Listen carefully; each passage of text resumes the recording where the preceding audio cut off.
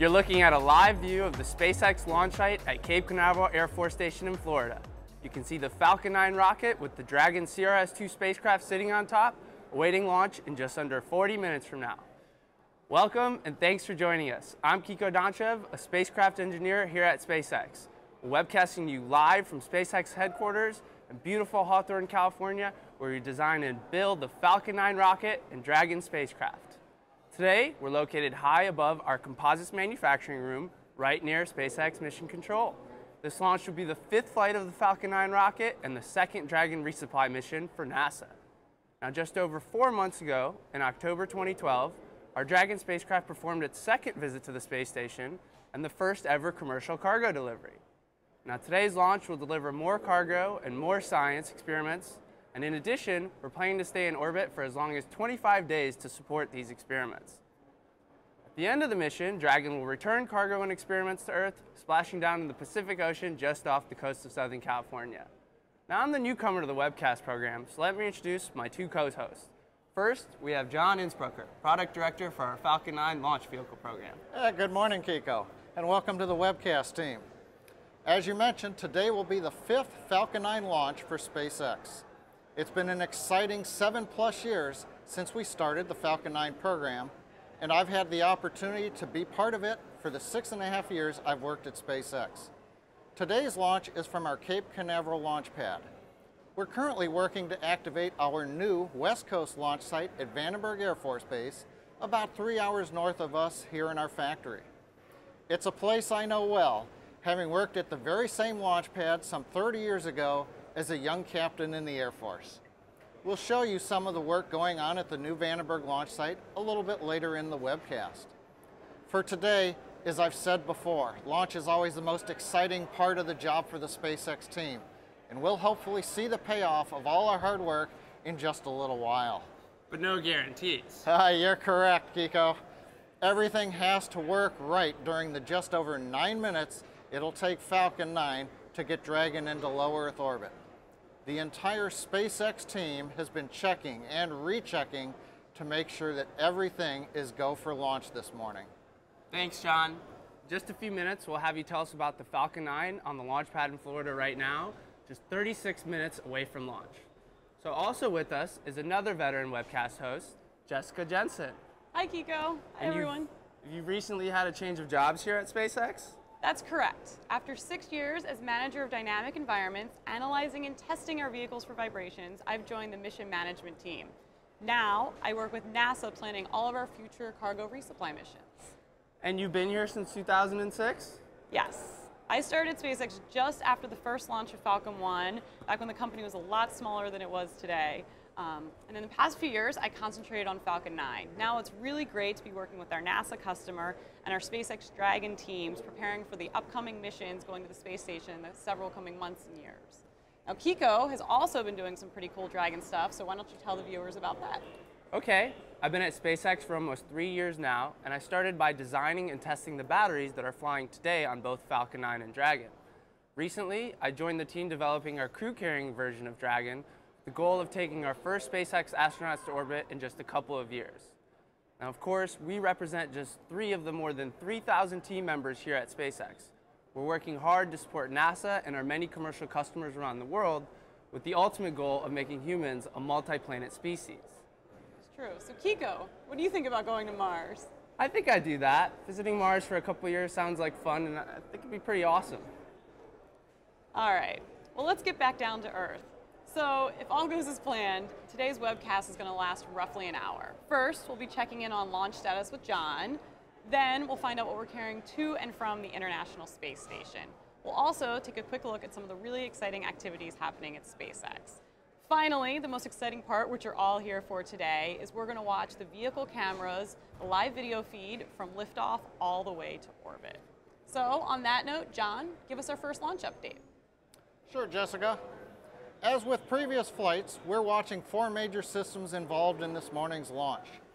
First, we have the Falcon 9 launch vehicle, which is ready and waiting on the pad in Florida. The crew rolled Falcon 9 with Dragon out of the hangar almost 24 hours ago. Last night, about 14 hours before launch, we finished loading what we call the late cargo into Dragon. This is NASA's last-minute items that may be time-sensitive going to the space station. We hooked up to the pad systems and raised the vehicle to vertical last night. We cleared the area around the vehicle this morning so that we could begin propellant loading of kerosene and liquid oxygen into the first and second stages of the Falcon 9. That started about 3 hours ago and finished up about 90 minutes later. The flight safety systems have completed their checks between the Air Force range safety folks and the SpaceX team and the rocket. Now currently we're topping off the liquid oxygen on the first and second stages. You can see a white plume of gaseous oxygen coming off of the rocket. The liquid oxygen continues to boil off slowly, and we replenish it during the countdown. We'll stop doing that in the last few minutes before liftoff when we pressurize the tanks for flight. We're also currently topping off the helium pressurization gas stored in bottles on the vehicle, squeezing the last little bits of helium into the bottle before we're ready for flight. So SpaceX Launch Control in Florida reports right now the vehicle is looking good for flight. They're working no major issues just under 33 minutes before launch. Second, we have the Dragon spacecraft, which is operated from SpaceX's Mission Control Center right here in Hawthorne, California. You can see here on the webcast. The SpaceX flight crew team will monitor Dragon 24 hours a day while it is in space. Mission Control Center reports the Dragon is ready and it's waiting for terminal countdown at T-minus 10 minutes. They're working no major issues on Dragon. The last major activity that Dragon has is going to internal power at about T-minus 8 minutes. The third factor today is the range. Cape Canaveral Air Force Station supports us with flight safety, radar, and long-range cameras. They currently indicate they're ready to support the launch, what we call fully mission capable. They have the primary and the redundant systems ready to go to track us as we head into orbit and watch over the rocket. We've also done a collision avoidance analysis that shows there are no orbital hazards in the flight path of Falcon 9 and Dragon as we head to orbit. We take a look at the flight path to make sure that there aren't any spacecraft or debris in the way, and that could normally cause us to have to move the launch time. There's nothing in the way today. The runway is clear to space, so we're going to launch on time just a little bit after 10 minutes after the hour. The range also monitors factor number 4, and that's the weather. Now the weather report from the weather folks continues to show a 20% probability of violation of the launch constraints for weather. Or being an optimist, I look at that as saying, that's an 80% probability of good weather this morning. And I'll take that in the launch business.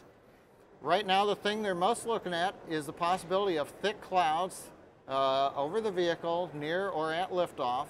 Also, we're looking at the winds at ground level. It's kind of breezy. It's a little chilly at the Cape today. Temperature's not an issue, but the winds we're looking at. But currently, we are within constraints to be able to release Falcon 9 at T0 and let her fly. We're currently right now also looking at balloon data.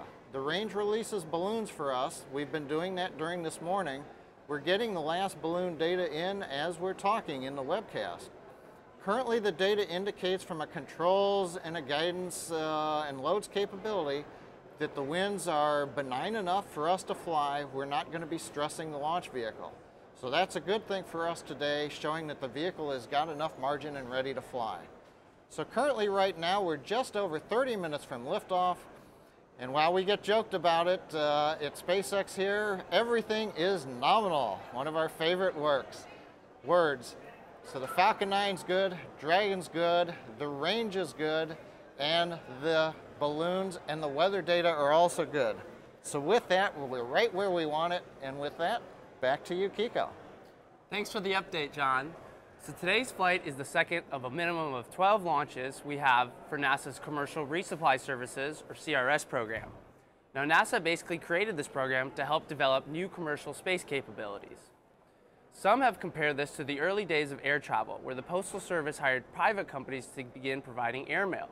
Eventually, some of these carriers began transporting people, and this basically evolved into the modern commercial aviation system that spans the globe today.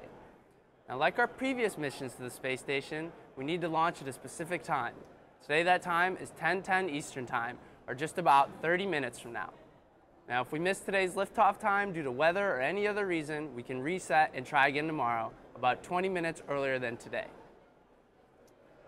Once again, we asked you, our viewers, to send us your questions for SpaceX. But this time, we requested them as videos. And wow, did we get some fantastic responses. Here is the first of our viewer video questions. Hi SpaceX, my name is Cole.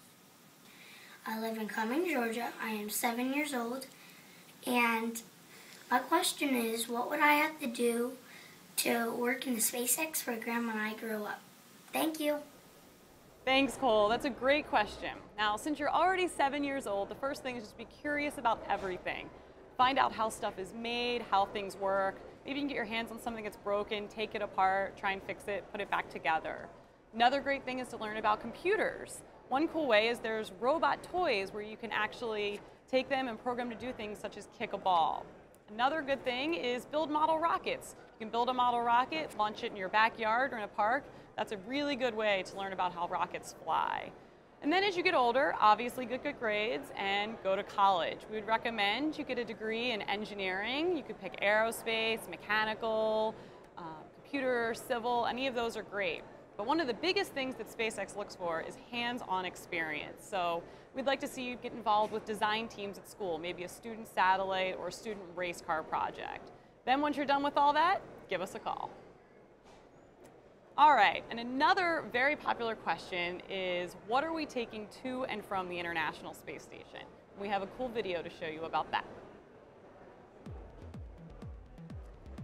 On our latest Dragon resupply mission in October, we carried a variety of equipment, experiments, and supplies, including real frozen ice cream for the astronauts, not that freeze-dried kind.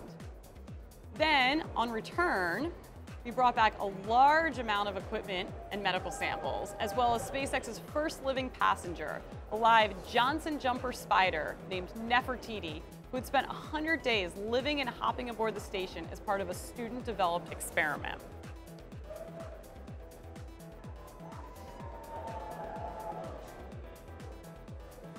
Now today's Dragon mission carries over 670 kilograms or 1,400 pounds of cargo in the pressurized section. One of these pieces of cargo is a robotic microlab developed by the young women in the San Diego Science Alliance. These are high school students flying their experiments to the International Space Station. How cool is that?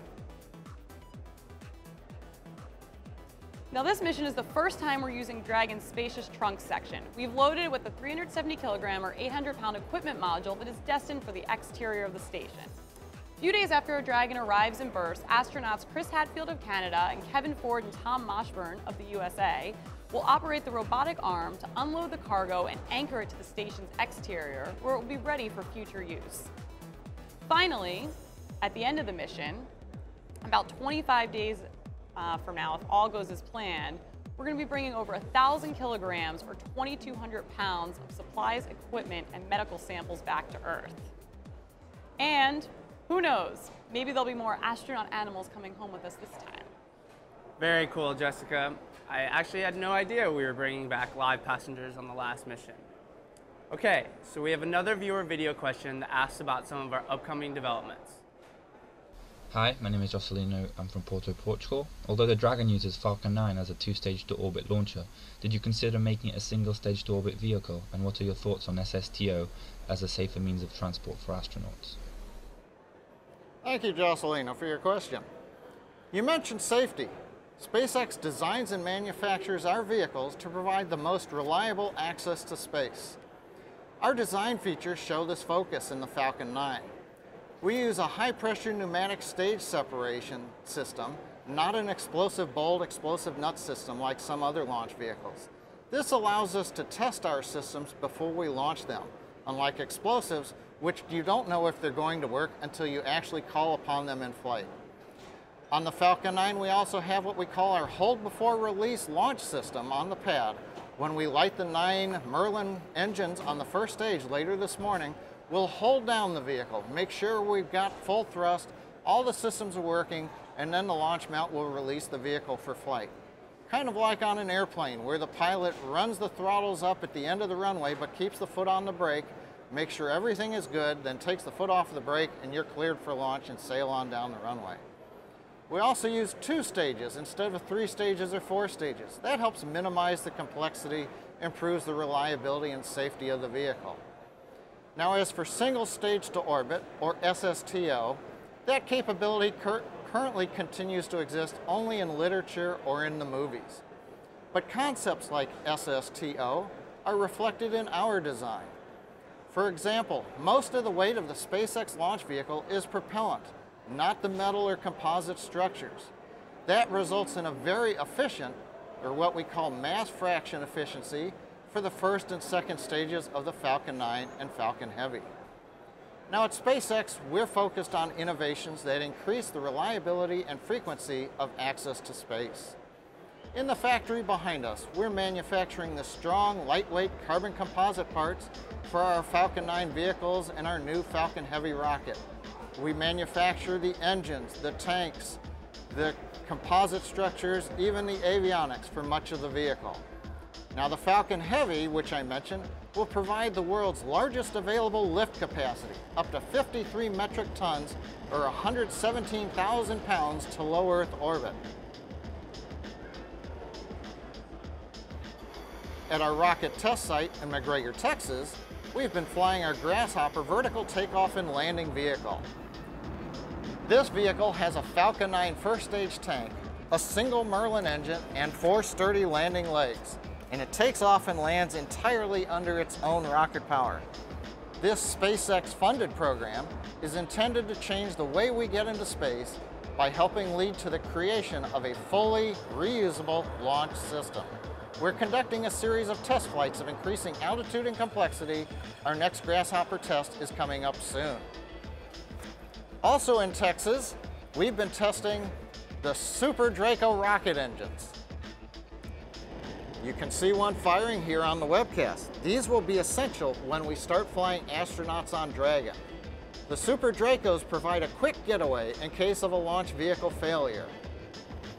They can also be used for propulsive landing at the end of a successful mission. We designed Dragon from the start to enable the carrying of people. And with the addition of seats, suits, and life support, we're on track to fly our first crew of SpaceX astronauts in the year 2015.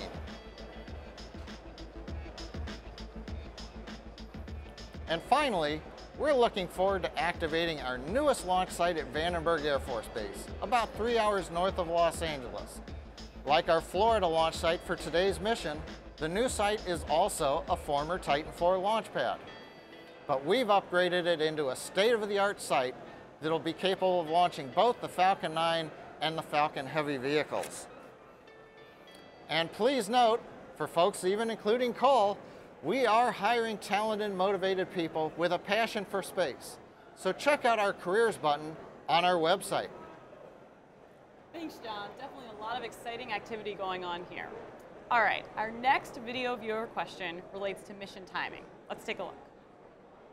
Hi, I'm Mike, hailing from Ann Arbor, where all systems are go. Blue. How much time will it take Dragon to reach the space station? Thanks for your question, Mike. The time needed to get a spacecraft to orbit is about 10 minutes for a typical rocket. But the time needed to get from Earth to the space station depends on where the rocket launches from and where the ISS happens to be when that launch occurs. Now in the US, launch sites are built in locations that let us fly rockets to different orbits. From Florida, we can launch towards the northeast, east, or southeast and not fly over land until we're in orbit. On today's mission, we have a unique launch opportunity, and that should get us to space station more quickly than before. As with all missions headed to the space station, today's liftoff is timed to happen just a few minutes after it passes near our Cape Canaveral launch site. That flyby will happen in just a few minutes at 10:03 a.m. Eastern Time. Because of the position of the orbit and our mission profile, we will be able to have Dragon berth at the space station in about 18 hours. That's a new US record. Compare that to the 62-hour flight profile used on our previous mission last October. Now, if we miss today's liftoff time due to weather or any other reason, we can reset and try again tomorrow, about 20 minutes earlier than today. By starting with the favorable orbital pass near the launch site, Dragon makes a series of high-energy thruster firings. In about 10 orbits, it catches up to the station, circling 330 kilometers or 200 miles above the Earth. Fast transits will be a great feature for carrying passengers to orbit. Who'd want to sit in a vehicle for 2 days when you could get there in just a few hours instead? Exactly. Non-stop. It's the only way I fly. I'll take it. It looks like we have a bit of time for one more viewer question. I'm Alex from Livonia, Michigan, and I was wondering if the Falcon rockets were controlled by a system aboard Dragon or aboard Falcon itself. Hi, Alex. So that's a good question. Let me talk about it. So the way it works is when Dragon is attached to Falcon 9, the Falcon 9 flight computer is what controls the vehicle. So you have the Falcon 9 flight computer controlling the vehicle from liftoff all the way into orbit. Then, when Dragon deploys, the Dragon flight computer takes over. At that point in time, the flight computer on Dragon uses accelerometer data and gyro data to figure out its position and its pointing, and uses its thruster firings to get it close to the space station. Then, when it gets close to the space station, the flight computer checks in things, does pointing, and we get very close to the Canadian robotic arm, at which point the astronauts come out, grab us, and pull us in. As we mentioned earlier, this mission is our 5th launch of the Falcon 9 rocket, our 4th operational Dragon spacecraft, and our 3rd visit to the International Space Station. However, all that history and experience by no means reduces the challenges we face. We believe that we have tested and prepared for everything possible. That's right, Jessica. Getting to space is always difficult. Now we've held our final reviews, done our final checks, and the team is getting ready to launch Falcon 9 and fly Dragon. And speaking of that, we have a shot, I believe, coming up of our SpaceX team gathering outside of the Mission Control Center here in Hawthorne. And one of the coolest things about this is almost all the people you see here, well, let me start back. SpaceX builds all of our engines. All right. SpaceX builds a lot of our engines, our tanks, our avionics, everything pretty much is built in-house. So almost all the people you see here have had their hands on the hardware that's about to fly into space today. So everyone gets really excited and comes and piles in, and we're really excited to launch today. All right, now let's look at a shot from Falcon 9 itself. So this camera is mounted on the 2nd stage, looking down from about 12 stories above the launch pad.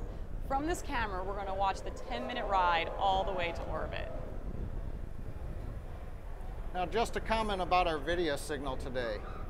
We receive our vehicle video from several ground stations during the flight as we head up the East Coast. It is possible that we will have video dropouts, but rest assured this is just the video system as we're switching from camera to camera and site to site. It should not be a cause for concern. However, we have been working one issue with the Newfoundland ground station. Right now it is capable of supporting the mission, but should it go down between now and launch, then we would not have the opportunity to get the video signal to see Dragon with the separation and the solar array deployment. We'll keep our fingers crossed that we can get that, but if we don't, then we'll try to listen for folks on the countdown net confirming that the arrays have come out and that things are proceeding nominally. Thanks, John. So after today's launch, you can follow SpaceX.com and our social media pages for updates. And we now have an online SpaceX shop open where you can buy some cool items. Check it out at shop.spacex.com. All right, John, let's get to check back in at the Cape. How are conditions looking? Well, Jessica, things are still looking fairly well. Let's talk about Falcon 9. Falcon 9, we are watching one potential concern on the vehicle.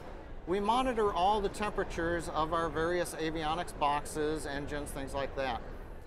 What we're looking at right now is flight computer temperature is a little bit low. It's a little cold in the vehicle. It's cold also for Florida today.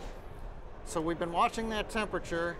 If we were to violate the limit, then we'd have to decide whether to scrub for today or would that violation be acceptable, depending upon what the temperature is. So the team's been watching that this morning. We're trying to run warm gas into the compartment to help the flight computer stay warm.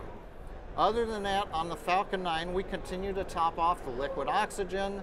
We continue to pressurize the helium bottles on the vehicle. And we're not working any other issues on the rocket right now. On the Dragon spacecraft, things are fairly quiet for Dragon. The team has just done their own internal go-no-go poll. That is complete. The Dragon team is go, ready to fly Dragon as it gets into orbit. We'll be flying Dragon, as I said, out of the Mission Control Center here at SpaceX. The range continues to be ready to support with the flight safety systems, the tracking systems, and the cameras. We're working no issues with the range right now, so they're green and ready to proceed with the launch. Finally, on the weather front, weather continues to be an 80% chance of good weather. Things are still a little breezy and gusty at ground level. Outside of the Cape, we're worried about thick clouds, but we can still see some blue sky, so that's looking good also. We've also been doing the balloons. Currently, our team that's looking at balloon data reports that the conditions are good at the upper altitudes, so we're go all the way through T0 with the balloon data. Now, coming up shortly, we're going to be listening to the launch conductor's poll at T-minus 13 minutes. So we'll be polling 14 people to make sure in the SpaceX Launch Control Center in Florida, just a few miles from the launch site, that everything is go. So we'll listen in to the launch conductor's poll coming up in just less than half a minute for the final go-ahead. All right, unlike our most two recent launches, which were at night, today we should hopefully have clear visibility from launch all the way to orbit, and hopefully we'll get to see solar array deployment. So let's now check in with Kiko, who's over by Mission Control.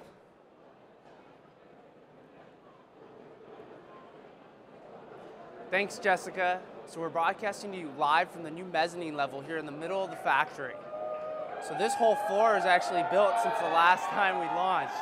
And as you can see over here, the employees are starting to gather the whole team. There they are. All right. Awesome. And then right behind them, we can see the Dragon C1 spacecraft. This was actually launched in December 2010, did 2 orbits around the Earth, and then splashed down in the Pacific Ocean right off the coast of Southern California. So as you can tell, it's pretty fun down here, so I think I'm just going to hang out here and watch launch from this spot. Back to you, Jessica and John. I would hang out over there for launch too. All right. Well, I believe at this point, Yep. Yeah.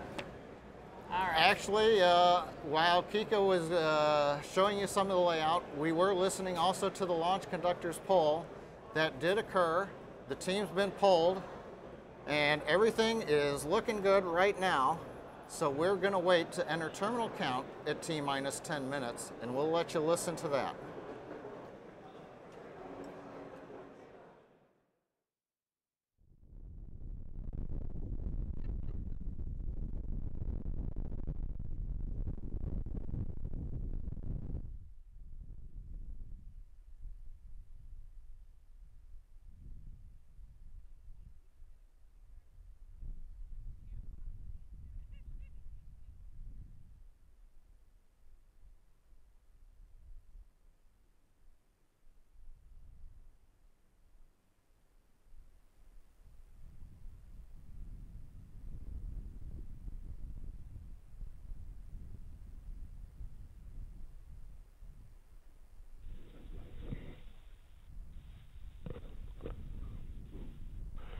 VC, start the terminal count auto sequence, set to start at T-minus 10 minutes. Copy. Terminal count launch has started. If a hold is called from this point forward, the terminal count auto sequence will be aborted. Indicate an abort or hold condition by saying hold, hold, hold on the primary countdown net. In this event, the VC will immediately abort the auto sequence. The VC shall not abort the auto sequence after T-minus 10 seconds, and operators shall not call a hold after T-minus 30 seconds. If a hold is called, all operators proceed to the terminal count abort steps in section 10.59.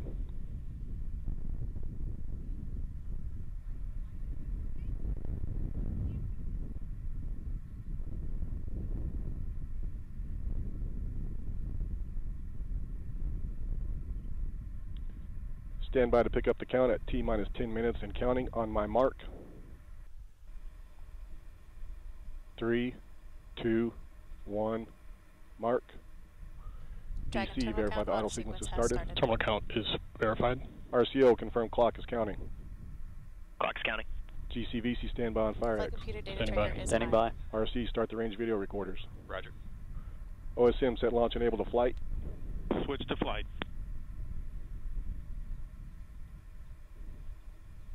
Pre-valves coming open.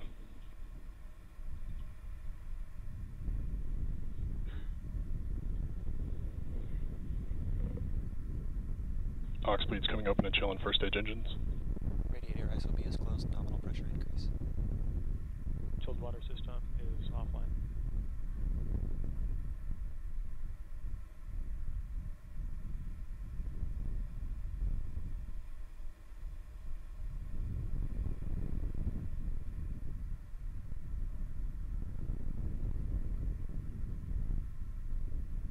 T minus 9 minutes.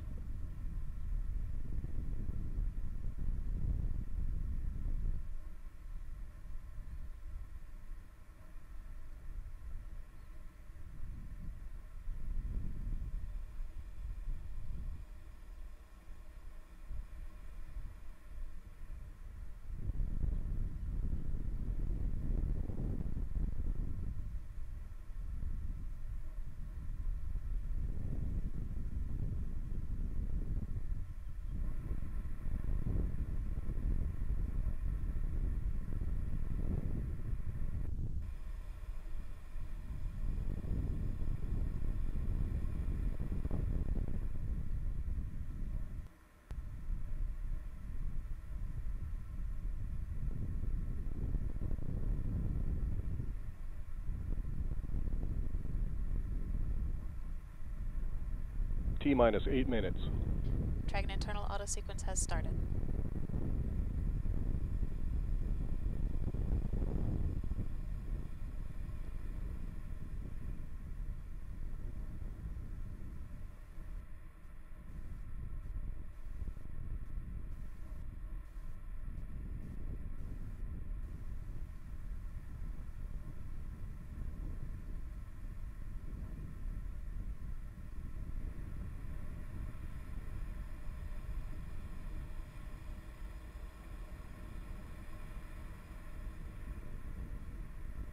Dragon batteries are on bus.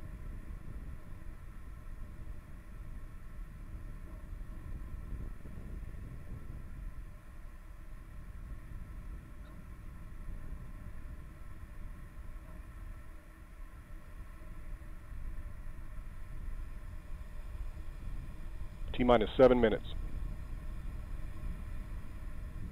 Dragon is in internal power. All systems go.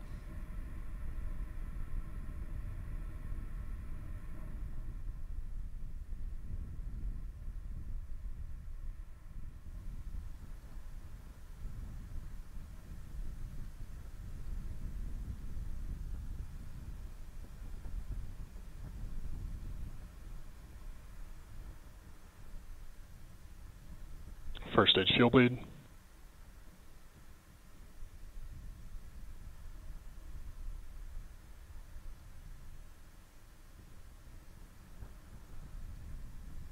Vehicles in self-line.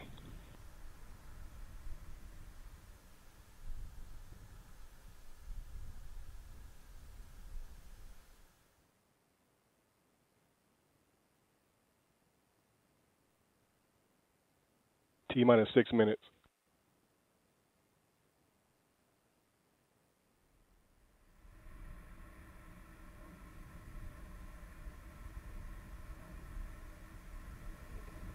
Solar ray charge task is active.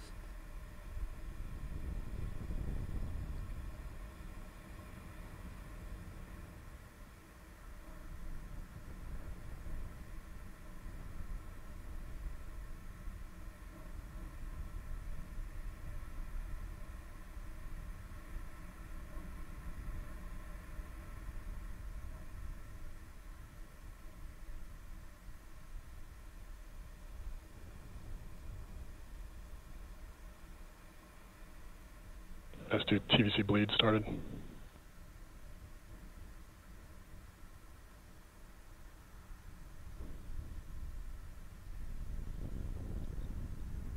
T minus 5 minutes. GN2 loads closing out.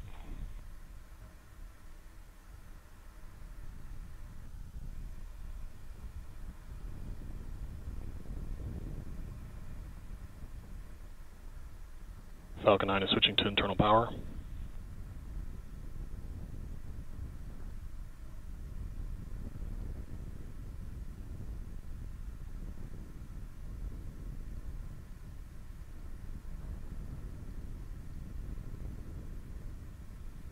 We're on internal power on stage 1 and 2.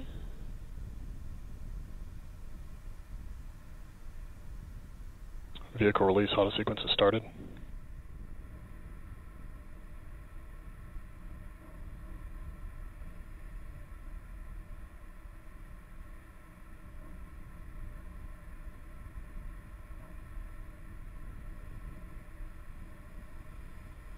T-minus 4 minutes. Stage 2 TVC motion started.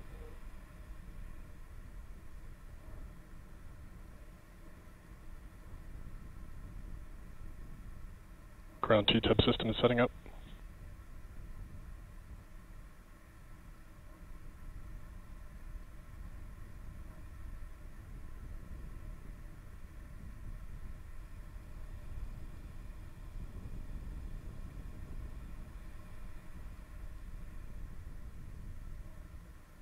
FTS is on internal power.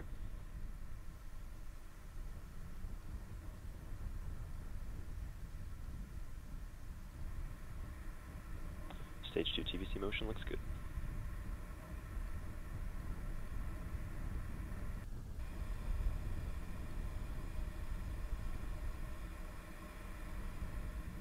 FTS is armed. LOX load is closing out.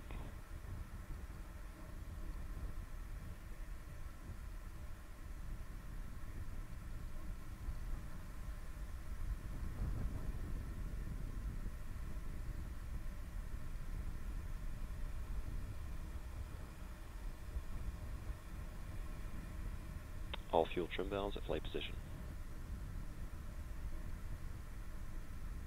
LD, verify go for launch. All systems are go for launch. Echo record trigger is high.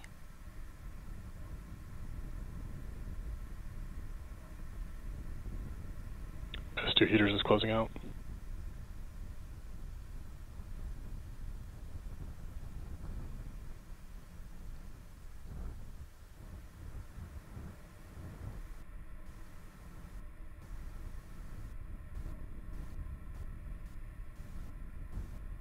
Rock, verify range go. Range green.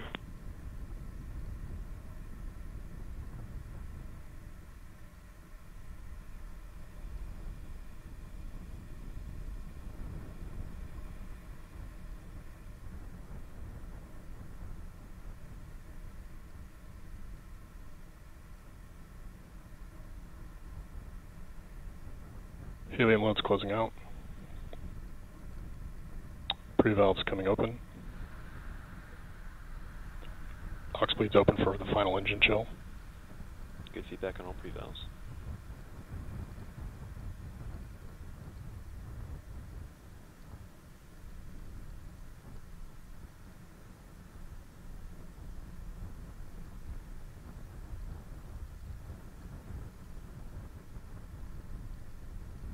Flight computers entered auto idle.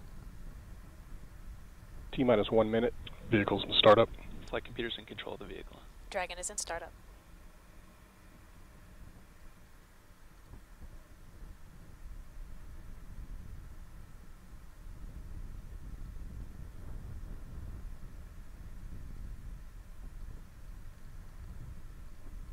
Helium checkout closing out. Tank press system setting up. T-minus 30 seconds.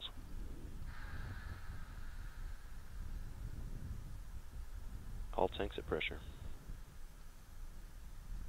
T-minus 20. T-minus 15. T-minus 10, 9, 8, 7, 6, 5, 4, 3, 2, 1. 0. We have liftoff of the Falcon 9. Dragon has sensed first stage acceleration. Falcon 9 has cleared the tower. Starting pitch.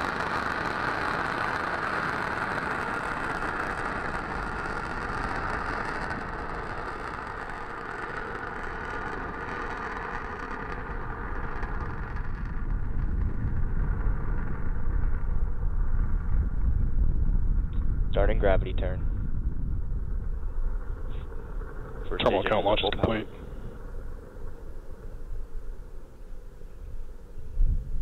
Standing by.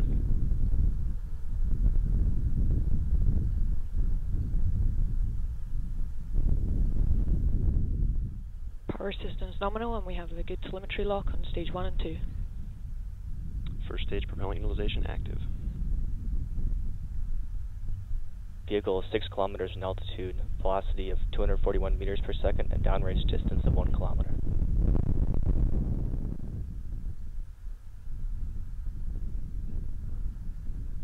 Vehicle is supersonic.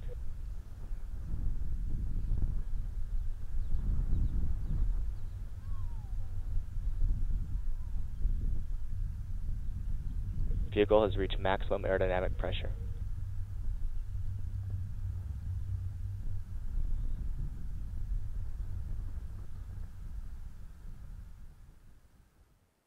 Second stage has started engine chill.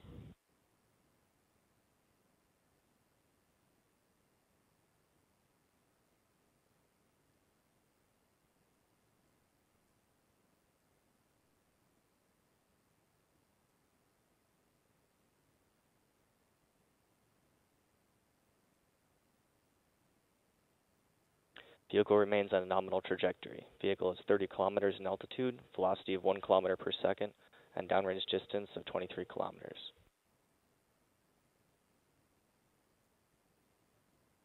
Dragon power systems nominal.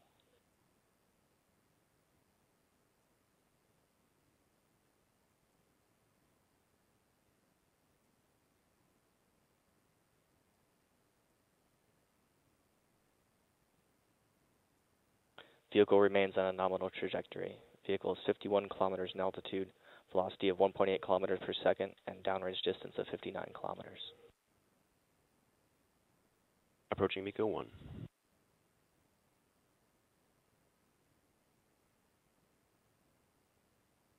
MECO 1. Pass in MECO. Flight computers in second stage. Dragon has sensed MECO. MECO 2, stage 1 shutdown. Stage separation confirmed.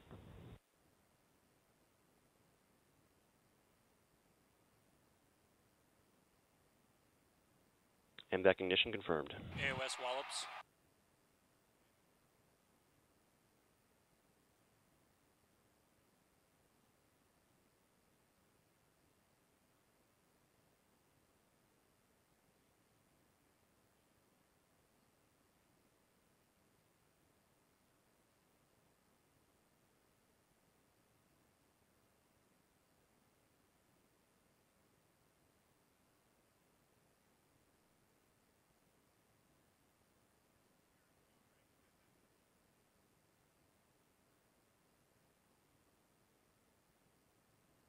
Nose cone separation.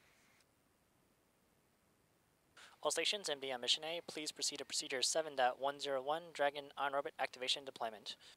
Standing by for Dragon separation and prop priming.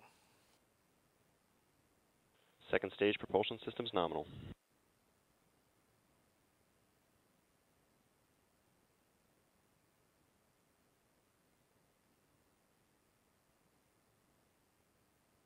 Vehicle remains on a nominal trajectory. Vehicle is 148 kilometers in altitude, velocity of 3.2 kilometers per second, and downrange distance of 346 kilometers.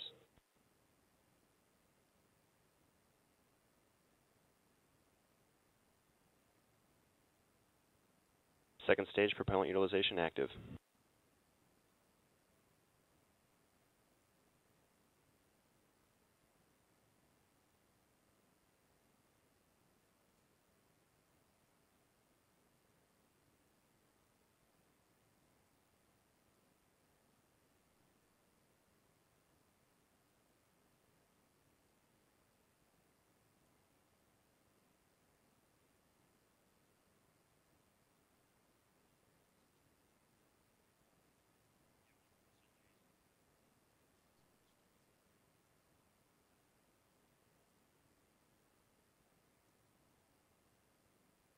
Vehicle remains on a nominal trajectory. Vehicle is 182 kilometers in altitude, velocity of 4 kilometers per second, and downrange distance of 541 kilometers.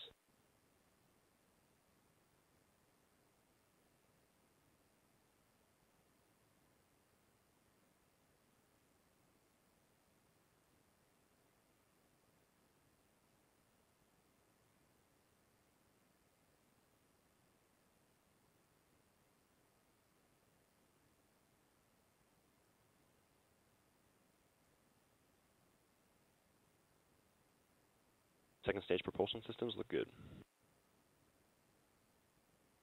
Power systems look nominal, and we have a good telemetry lock on stage 2.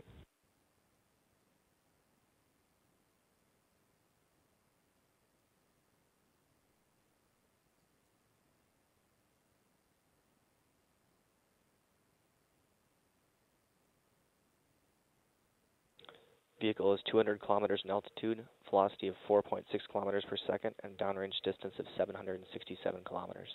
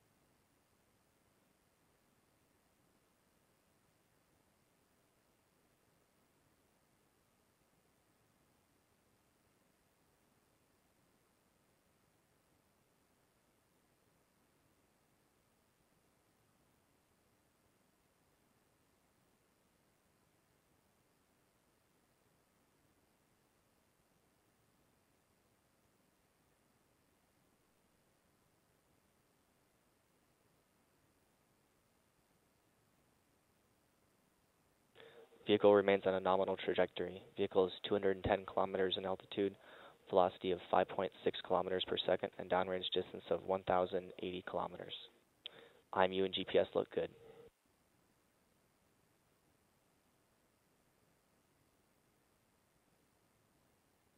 Vehicle is passing through the head-on gate.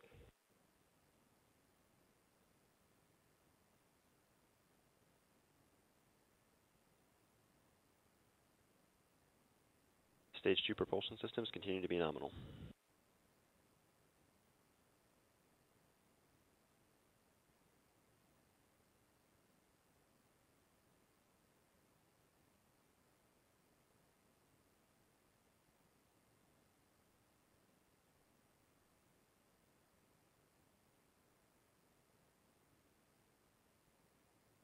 Vehicles and terminal guidance.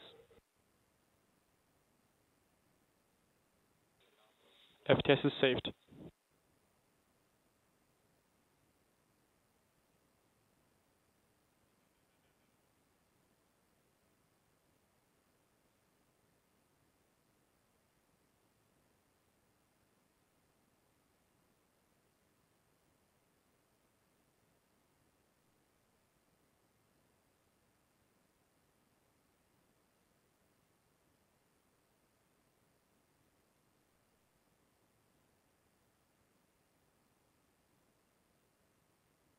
LOS Cape.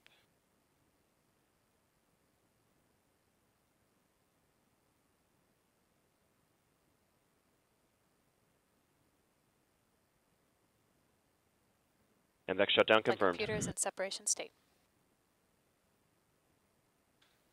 Dragon is Vehicle is sensed SECO. Vehicle is orbital. Perigee 199 kilometers, apogee 323 kilometers, inclination 51.66 degrees.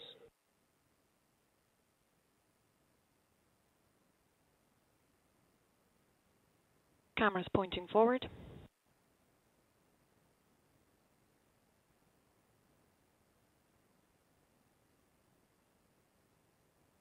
Dragon set commanded.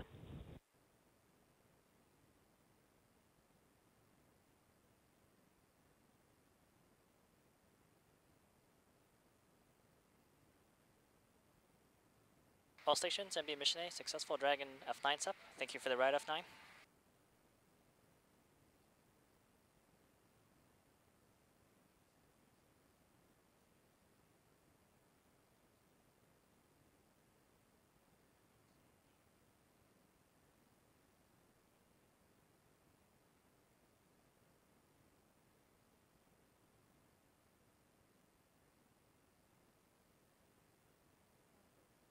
All stations, Prop global.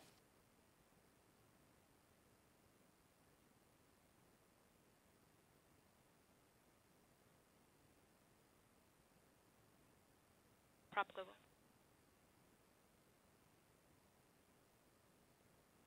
All stations, prop software globals. Sys2 acknowledging prop global. Noting that prop alarms are inhibited. Flight computers in post-prime state. Software global. LOS Wallops.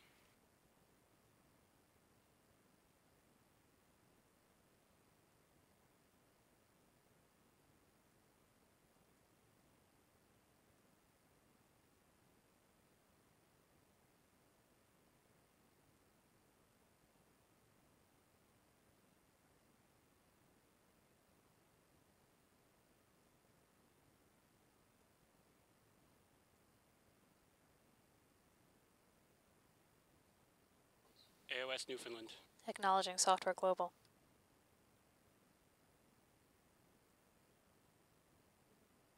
Flight computer in abort passive.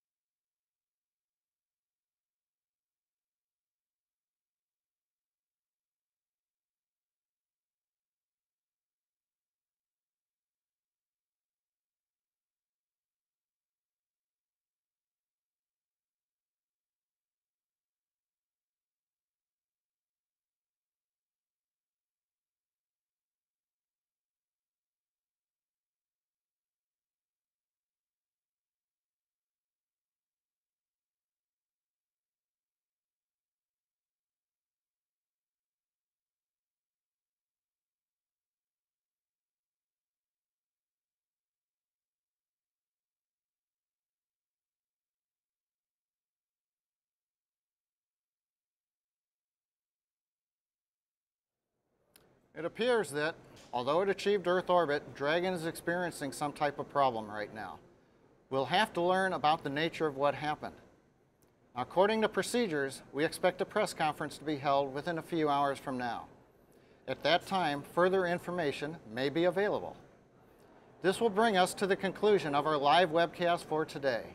Please check our website, spacex.com, where we will be providing you with more information as it becomes available.